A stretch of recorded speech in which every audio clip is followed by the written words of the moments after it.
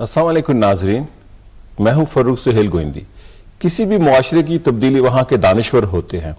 ہمارے مہمان آج ایک ایسے دانشور ہیں جنہوں نے اپنے قلم کے ذریعے صحافت بھی کی، قلم نگاری بھی کی، ڈرامہ نویسی بھی کی اور کبھی کبھی شاعری بھی کی۔ پاکستان کے معروف دانشور، صحافی، ادیب، مصنف منو بھائی آج ہمارے مہمان ہیں۔ پاکستان کی سیاست، صحافت، تاریخ، ثقافت پر ہم گفتگو کریں گے، تو سنیے اور دیکھیے کیا کہتے ہیں وہ۔ السلام علیکم منو بھائی جی۔ وعلیکم السلام۔ اچھے ہیں آپ؟ ٹھیک ہے۔ آپ کی صحت کا راز کیا ہے؟ بس صحت کا راز تو مجھے نہیں معلوم، لیکن مجھے اپنے راز معلوم ہے۔ یہ تو بڑی بات ہے۔ ہاں۔ منو بھائی جی، آپ کا یہ نام کی کیا بنیاد ہے؟ منو بھائی یقیناً آپ کا ایک دوسرا نام ہے جو پیدائشی آپ کے والدین نے رکھا، منیر احمد تھا۔ جی، منو بھائی میرے ایکچولی میری بہنیں، دو بہنیں چھوٹی، تو وہ منیر میرا نام ہے، تو منو وہ کہتی تھی، وہ قاسمی صاحب کو، ندیم قاسمی صاحب کو معلوم تھا کہ مجھے گھر میں یہ کہا جاتا ہے۔ تو جب انہوں نے میری پہلی چیز چھاپی امروز اخبار میں، تو اس میں منیر احمد کاٹ کے منو بھائی کر دیا۔ اس کے بعد یہ چل پڑا نام، اچھا لگا مجھے، قاسمی صاحب نے دیا ہوا تھا، اور پھر میں نے کوشش کی اس کو اپنایا، اور کوشش کی کہ اس نام کو بدنام ہونے سے بچا سکوں۔ کتنے سال آپ ہو گئے منو بھائی کے نام سے لکھتے ہوئے؟ منو بھائی کے نام سے لکھتے مجھے 55 سال ہو گئے۔ صحافت کو 55 سال ہو گئے آپ کی؟ جی۔ آپ نے امروز سے شروع کیا؟ نہیں، تعمیر اخبار تھا راولپنڈی؟ راولپنڈی میں، وہاں سے شروع کیا تھا۔ رپورٹنگ کیا آپ نے؟ رپورٹنگ بھی کی میں نے، پروف ریڈنگ سے شروع کیا۔ اچھا۔ اور اس کے بعد پھر کالم لکھنا بھی شروع کیا، رپورٹنگ بھی کی، سبنگ بھی کی، نیوز ایڈیٹنگ بھی کی، سارا کچھ کیا۔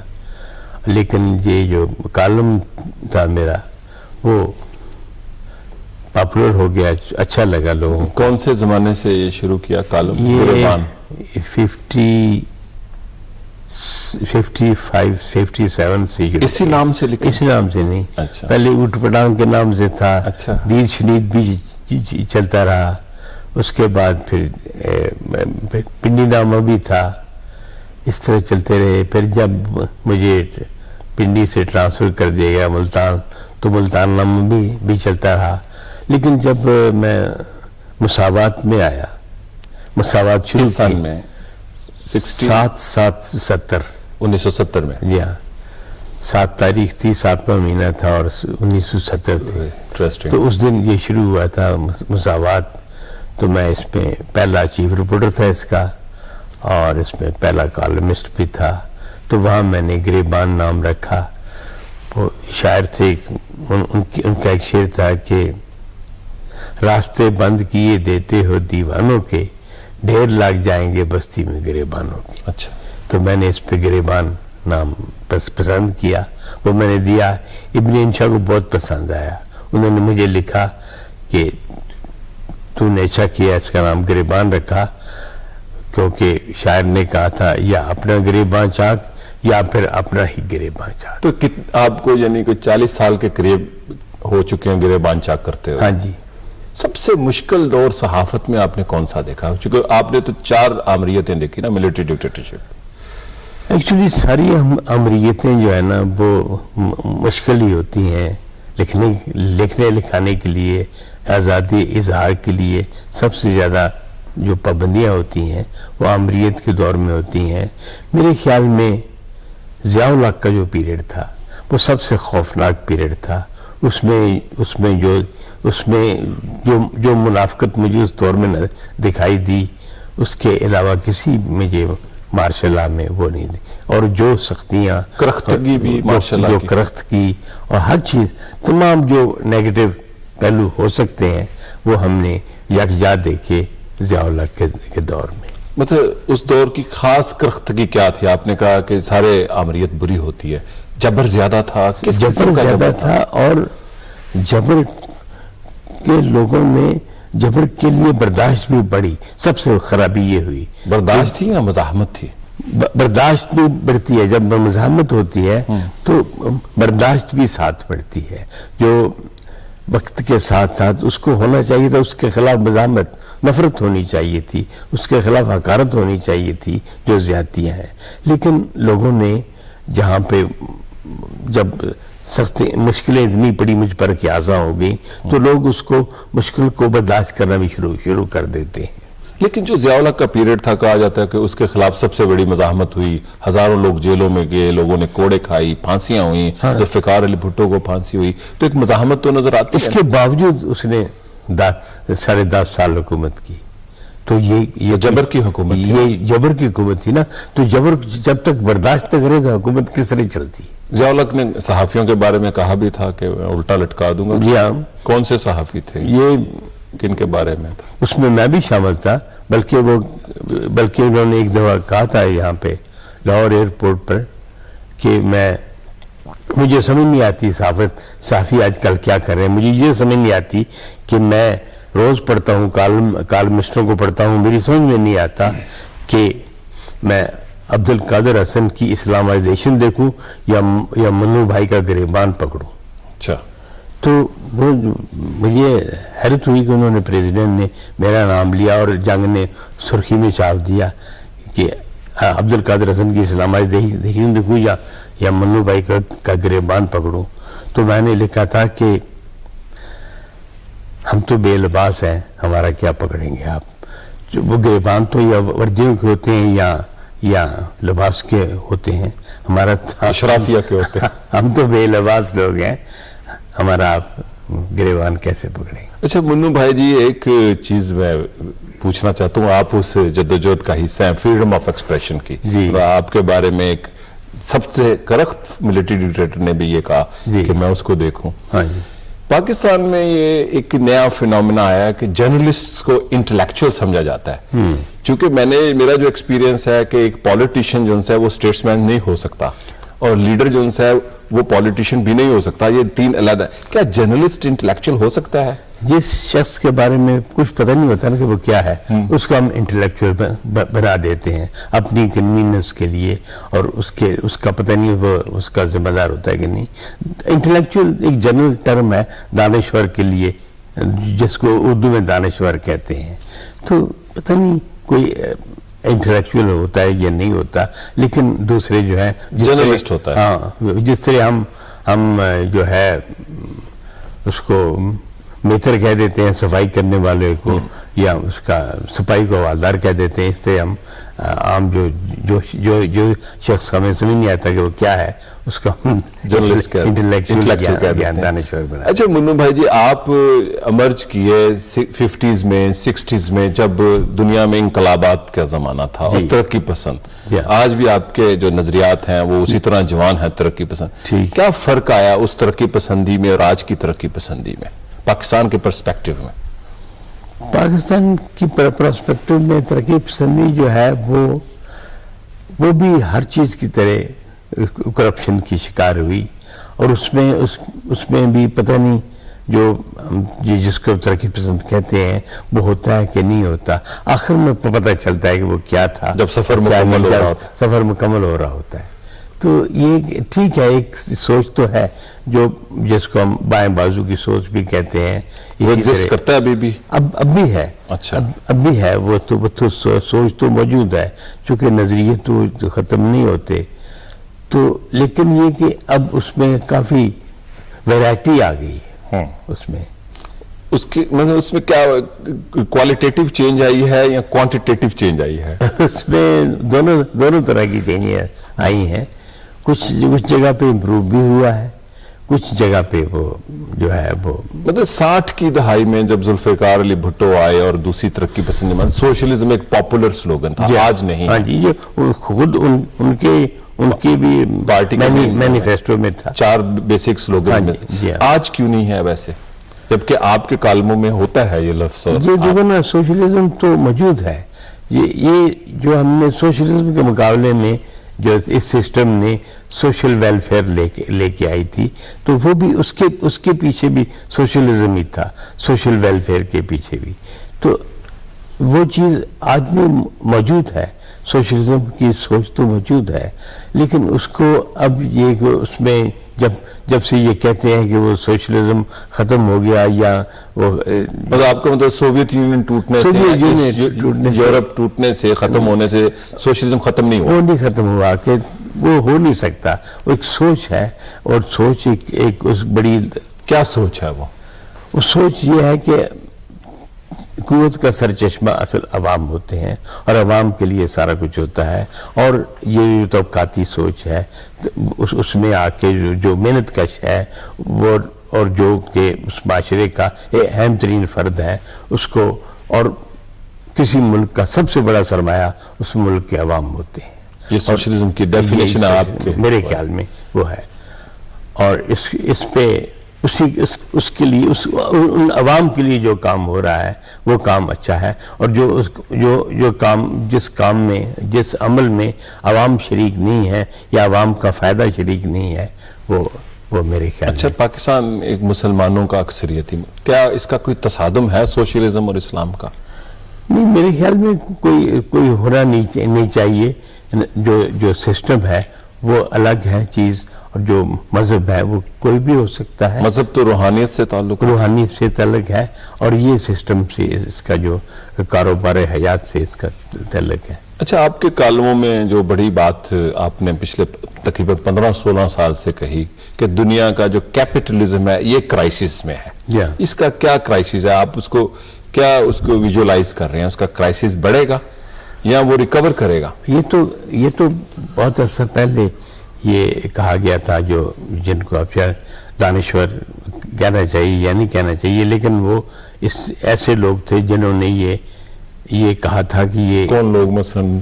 مثلاً جس میں ٹیڈ گرانٹ بھی تھے اور ایلن ووڈز بھی تھے. انہوں نے اور لوگوں نے بھی یہ کہا تھا کہ یہ چیز جو ہے، یہ جو سسٹم ہے، یہ قرضے کے اوپر جو چل رہا ہے اور جو سرمایہ داری نظام ہے، یہ جو ہے یہ کرائسس میں آئے گا اور یہ ایک بہت بڑے بحران میں تبدیل ہوگا.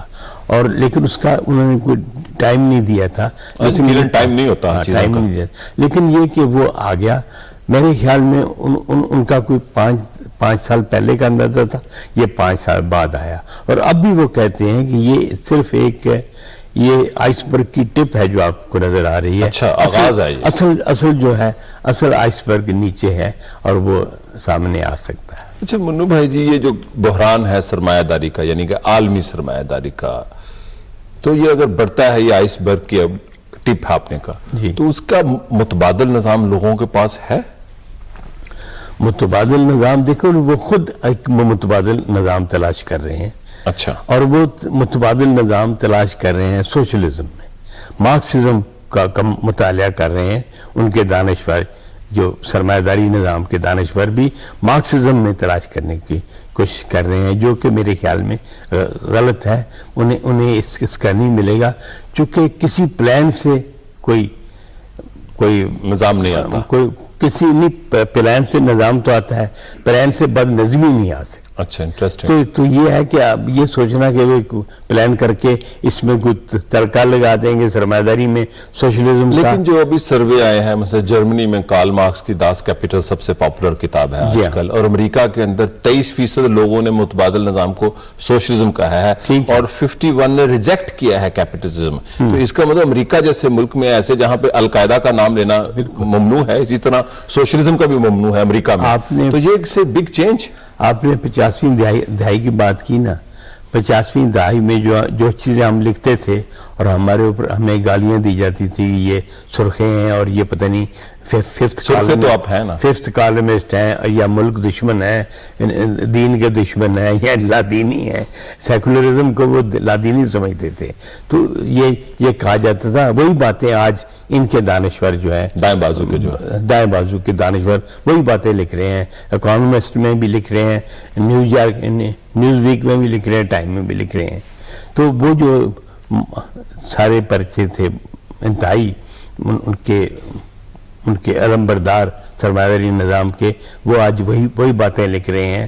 انہی چیزوں کے کہہ رہے ہیں کہ یہ جو بینکوں کا کنٹرول ہونا چاہیے، یہ نیشنلائزیشن ہونی چاہیے بینکوں کی. تو نیشنلائزیشن تو سوشلزم میں ہے، بنیاد ہے. وہ اس میں نہیں سرمایہ داری کس طرح نیشنلزم کرے گی، جبکہ آپ نے ملٹی نیشنلزم کی طرف جا رہے ہیں. تو ملٹی نیشنلزم تو نیشنلزم کا اینٹی ہے, منفی تو میں نفی کرتا ہے. میں یہی پوچھنا چاہ رہا ہوں, تو کیا یہ جو نئی کوئی ویو ہے دنیا میں, جیسے مثلا وینزویلا میں ہوا, بولیویا میں ہوا, نیپال میں ماؤسٹ آ گئے, تو کیا دنیا میں کوئی نیا انقلاب امرج کر رہا ہے؟ آپ کیا ویژولائز؟ انقلاب تو امرج وہ تو ہوتا رہتا ہے نا, ہر پرماننٹ ہوتا ہے, پرماننٹ ریولیوشن ہوتا رہتا ہے. لیکن یہ کہ اس کو جب جگہ ملتی ہے, جب اس کو ایک اسپیس ملتی ہے, ویکیوم میں اسپیس ملتی ہے, تو وہ ابھی تلاش کر رہے ہیں سارے کہ وہ اسپیس کہاں ہے, وہ طاقت کہاں ہے, وہ تنظیم کہاں ہے جو اس کو منظم کرے گی. اچھا, جو تو منظم معاشرے ہیں جیسے ویسٹ کا سرمایہ داری نظام, ہر وہ منظم معاشرے ہیں, تو وہاں ایک کہنا چاہیے کہ بڑا غیر محسوس انداز میں تبدیلی. لیکن ہمارے جیسے معاشرے جہاں پہ فیوڈل کلچر ہے, ٹرائبل کلچر ہے, تو وائلنس بھی اس کی ایک وجہ ہے, چونکہ سپیس نہیں مل رہی. تو کچھ لوگ کہہ رہے ہیں کہ یہاں اس ملک میں وائلنس مستقبل ہوگا, یہاں اس ملک میں ایک نیا عوامی انقلاب مستقبل ہے. آپ کا کیا؟ یہ سارے یہی کہہ رہے ہیں, وہ بھی یہی کہہ رہے ہیں دوسرے ملکوں کے, کہ یا بربریت آئے گی یا پھر سوشلزم آئے گا, ایک ادروائز کوئی کوئی طریقہ نہیں. اچھا, ایک بات بڑی اہم ہے, جیسے میں نے شروع کے انٹرو میں بھی کہا کہ چونکہ کوئی تبدیلی ہم نے نہیں دیکھی آج تک انسانی تاریخ میں. حضور پاک صلی اللہ علیہ وسلم کا بھی ایک انقلاب شعوری فکری انقلاب تھا, ڈیفینیٹ, اور کتاب کے ذریعے آیا. بالکل, کیونکہ حضور صلی اللہ علیہ وسلم کو پہلے علم منتقل ہوا, بعد میں نبوت, اور وہ لیٹسٹ مذہب تھا. لیٹسٹ مذہب تھا. کہتے ہیں کہ دنیا کا کوئی انقلاب کتاب اور دانشوری سے بغیر نہیں آتا, جیسے ریئل انٹلیکٹ. صحیح ہے. کیا دنیا میں آج جیسے 60 میں یہاں پاس آتے نظر آتے ہیں, برٹن رسل نظر آتے ہیں, ایسی کوئی انٹلیکچوئل امرج کر رہے ہیں دنیا میں جن کو آپ کہیں ریجن میں, انٹرنیشنل لیول پہ؟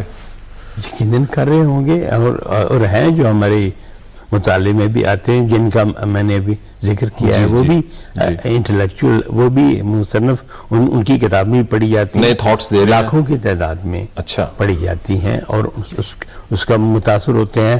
وہ اوگو شاویز کے ہاتھ میں بھی دکھائی دیتی ہے کتاب, اور وہ ویسٹرن یونیورسٹی احمد نجادی کے ہاتھ میں پڑھی جاتی. بالکل, احمد نجادی بھی پڑھتے ہیں. ہاں جی, بالکل پڑھتے ہیں, کیوں نہیں پڑھتے. تو آپ یہ سمجھتے ہیں کہ ایک الٹرنیٹیو سسٹم آ رہا ہے؟ بالکل آ رہا ہے, عوامی طاقت کی بنیاد پر. بالکل. پاکستان کا جو وائلنس کی لہر ہے, یہ پاکستان کا مقدر ہے یا یہ عارضی ہے؟ میرے خیال میں یہ آخری ریل چل رہی ہے.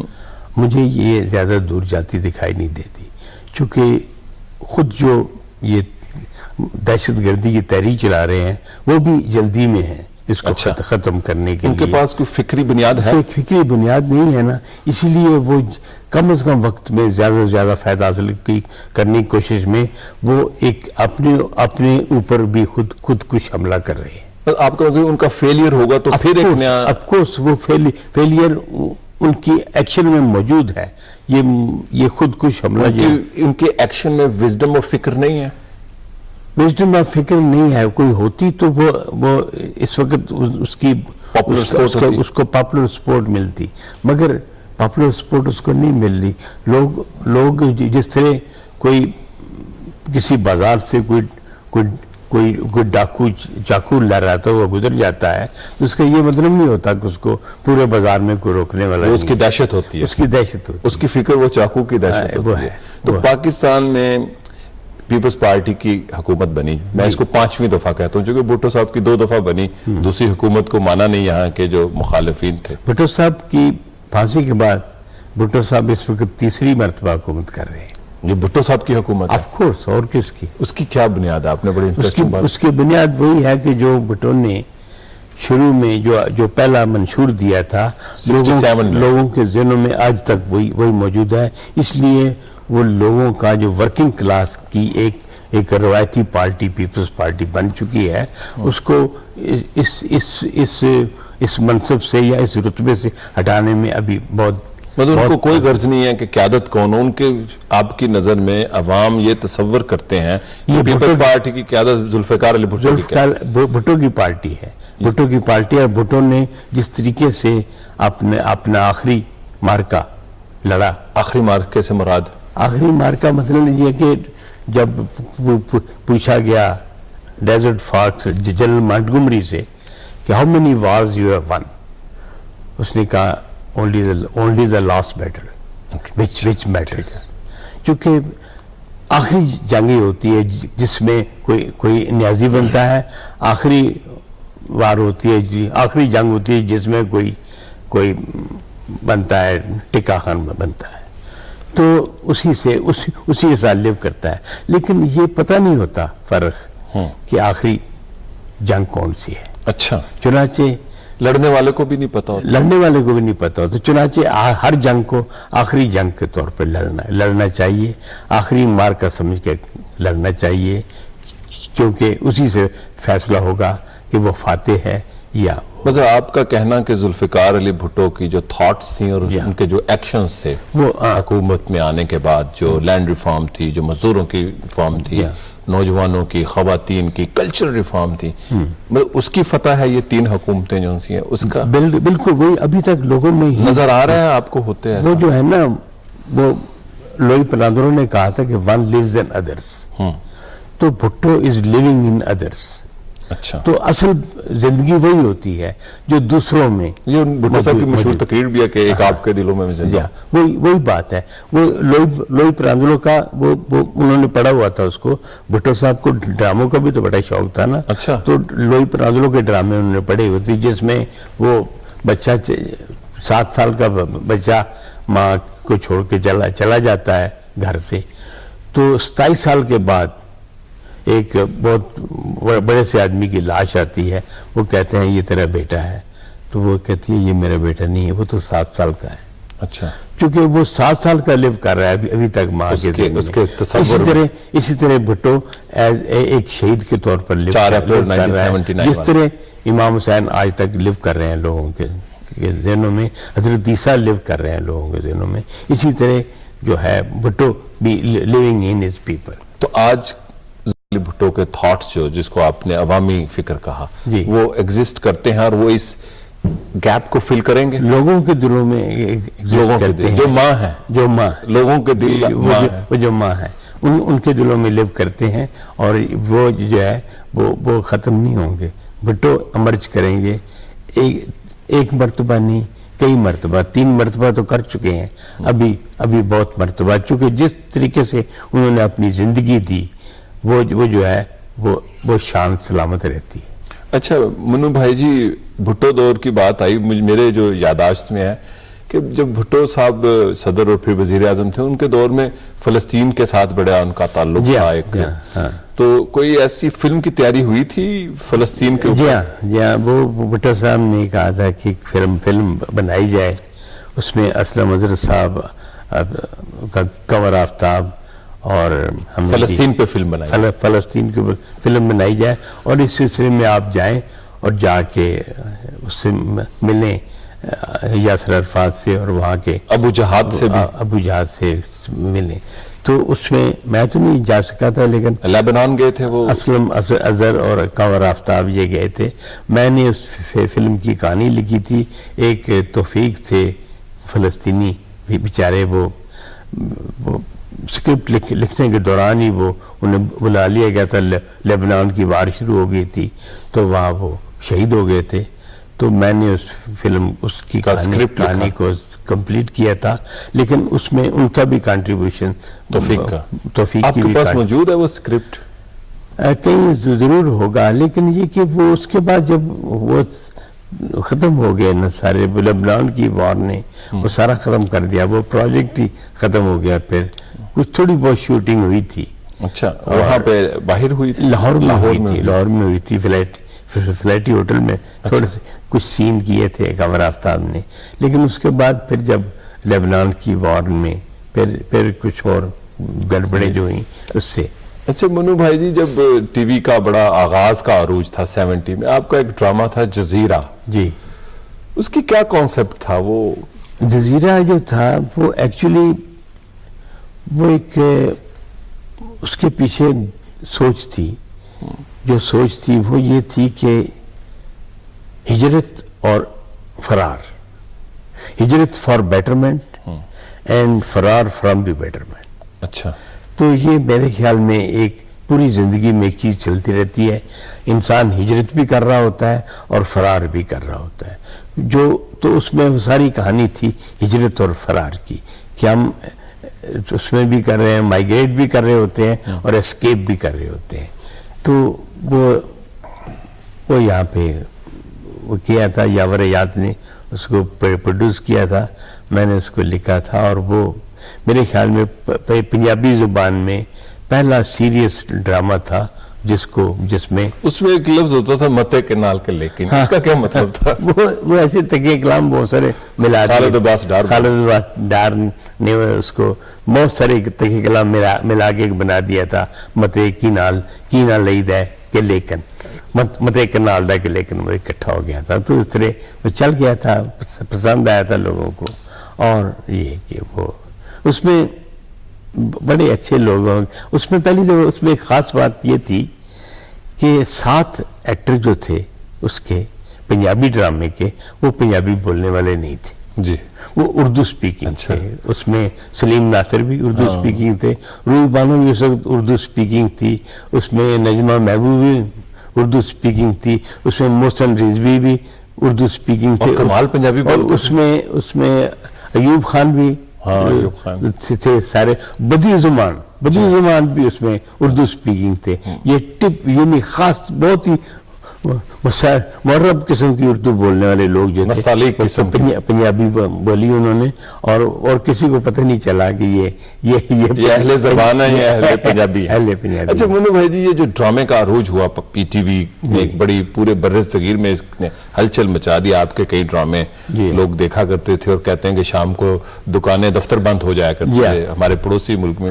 اس کا زوال کیوں ہوا ہے ڈرامے کا، یہ ٹی وی ڈرامہ؟ اس کا زوال اس لیے ہوا کہ ہمارا جو عروج تھا اس کی وجہ یہ تھی کہ ہمارے جتنے بھی رائٹر تھے ٹی وی کے، وہ لٹریچر سے آئے تھے. اچھا. اور لٹریری سٹینڈرڈ انہوں نے مینٹین کیا تھا.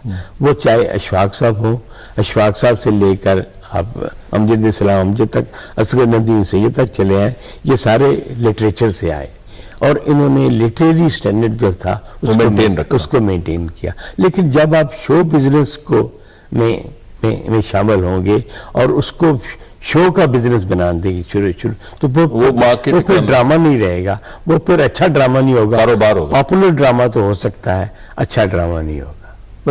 کچھ لوگوں کی تنقید ہے جو ہمارے لاہور کے آج کے سٹیج ڈرامے ہیں، آپ کی اس کے بارے میں کیا رائے ہے؟ ان سٹیج ڈراموں میں جو لاہور میں ہوتے ہیں، ایک تفریح ہے، لوگ کیوں سٹیج ڈراموں میں تفریح تو ہوتی ہے، تفریح تو ہر میں ہوتی ہے. انگلش جو باہر کے ملکوں میں تھیٹر ہوتے ہیں ان میں بھی تفریح ہوتی ہے، لیکن ایک اسٹینڈرڈ تھوڑا سا مینٹین کرنا. اچھا، کچھ لوگوں کا ایک موقف ہے، میں بھی شاید اس سے، کہ لوگوں کو ایک نئی تفریح مل گئی، ٹی وی ٹاک شو. جو تفریح تو مل گئی، لیکن ٹی وی ٹاک شو جو سیاسی لوگ آتے ہیں تو ان کے لیے یہ بھی ایک تفریح ہے. یہ کہا جاتا ہے نا تو مخصوص اینالسٹ ہیں، وہ کہا جاتا ہے جب ہم کہتے ہیں کہ آپ کس قسم کے ڈرامے، سب کلچر ڈرامے نہ کریں، وہ کہتے ہیں کہ یہ پسند کیے جاتے ہیں اس لیے یہ لوگوں کو پسند ہے. تو میں یہ عرض کرتا ہوں کہ اگر لاہور کے 6000 کتے کچلا کھانے سے مر جائیں تو اس کا یہ مطلب نہیں کہ کتوں میں کچلا مقبول ہے. اس کا مطلب یہ ہے کہ کتوں کو بھوک لگتی ہے اور وہ کچلے کو آٹا سمجھ کے کھا جاتے ہیں. تو یہ ہمیں as a play right, as A T V person, as a producer, میری جو آڈینس ہے وہ میری اولاد ہے، میرے بچے ہیں، میرے بھائی ہیں. میں انہیں ایجوکیٹ کرنا ہے. انہیں میں نے کچلا نہیں کھلانا، آٹا کھلانا ہے. انہیں صحت مند چیز دینی ہے. صحت مند تفریح بھی فراہم کی جا سکتی ہے، اور وہ پسند کی جاتی تھی. سونا چاندی بھی تفریح تھی، لیکن اس میں کوئی ولگیرٹی نہیں تھی، اس میں کوئی ایسی بات نہیں تھی کہ جو شرمناک ہو یا جس میں کوئی نگیز ہو یا کوئی ایسی طرح کی. تو ایک اس طرح بھی کیا. اچھا، کچھ میں یہ عرض کرتا ہوں، آپ اس پر ذرا توجہ دیں. ہمارے جو ٹی وی ٹاک شو 7 بجے کے بعد شروع ہوتے ہیں رات 12 بجے تک، جس میں مخصوص پولیٹیکل اینالسٹ آ جاتے ہیں مختلف جماعتوں، تو لوگ سمجھتے ہیں کہ یہ بھی ایک تفریح ہے. وہ تفریح اس لیے ہے کہ وہ بات کرنے کے لیے وہ تقریر شروع کر دیتے ہیں، Analysis نہیں کرتے، خطاب فرماتے ہیں وہ، اور ایک فیصلہ صادر کر کے رکھ دیتے ہیں. اینکر پرسنز بھی فیصلہ وہ پھر کہتے ہیں یہ آپ کا کیا خیال ہے اس کے بارے میں نے فیصلہ ٹھیک کیا کہ نہیں کیا. اینکر کو حق نہیں ہے اس فیصلہ دینے نہیں، کوئی فیصلہ دینے کا حق عوام آڈینس کو ہے کہ جو دیکھ رہا ہے، جو سن رہا ہے، وہ فیصلہ دے. میں کیس پیش کروں، آپ بھی کیس رکھیں، میں بھی کیس رکھوں اور ان کے سامنے پیش کروں، فیصلہ وہ کریں، میں فیصلہ کرنے کا کوئی حق نہیں ہے. اچھا منو بھائی جی، آپ کا 2 روز پہلے ایک کالم آیا ویری انٹرسٹنگ. آپ نے ایک بڑے مہذب انداز سے ایک ٹونٹ کی کہ حیران کر دیا صدر زرداری صاحب نے. ہاں جی. تو اس کی وجہ یہی تھی کہ ان کو پتہ نہیں ہے سیاست کا اور جو پالیٹکس کی ڈائنامکس، تو وہ حیران ہو جاتے ہیں. نہیں، پتہ تو ہے انہیں سیاست کا، لیکن ایک جان بوجھ کے وہ ایک دیکھو کسی چیز کو میں آپ کی بات سننے سے پہلے میں اگر آپ کے خلاف ہوں تو ظاہر ہے میں آپ میں سے خامیاں تلاش کروں گا. آپ کی کسی اچھی چیز کو میں پسند نہیں کروں گا. آپ کی ہے مثلا آپ کے سر پہ بال نہیں ہے تو میں آپ کو یہ کہنا شروع کر دوں گا کہ آپ گنجے ہیں. تو یہ چیزیں جو ہے نا، یہ خواہ بدنام کرنے کی خدا واسطے کا میرے اندر بہر ہے، تو مجھے اس کا اظہار نہیں کرنا چاہیے. مجھے چاہیے کہ میں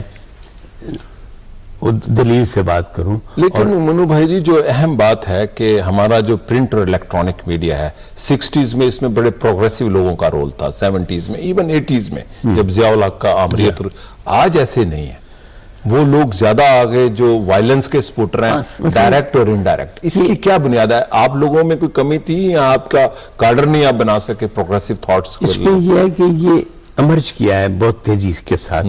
اتنے ہی چینل کھل گئے کہ اتنا میرے خیال میں ٹیلنٹ موجود تو ہوگا یقیناً، اتنے بڑے ایکسپلور نہیں کیا گیا. جو بھی اویلیبل تھا اس کو پکڑ کے وہ وہاں پہ بٹھا دیا گیا. 5 سال کا الیکٹرانک میڈیا اور کہا گیا کہ سینئر اینالسٹ. ہاں جی، ہاں، سینئر اینالسٹ. اور یہ پتہ نہیں، مجھے تو سینئر کہے گا تو مجھے تکلیف ہوتی ہے. سینئر کا مطلب ہے کہ میرا ویزا لگ گیا ہے. آپ تو نوجوان ہیں ابھی تک اپنے تھاٹس کے والے. I am only 76. تو یہ کہ اس میں یہ نہیں سینئر کہنا جو ہے تو یہ، لیکن وہ سینئر جس طرح میں نے کہا نا کہ جھاڑو دینے والے کو ہم میتر کہتے ہیں، معاشقی کو بھیجتی کہتے ہیں.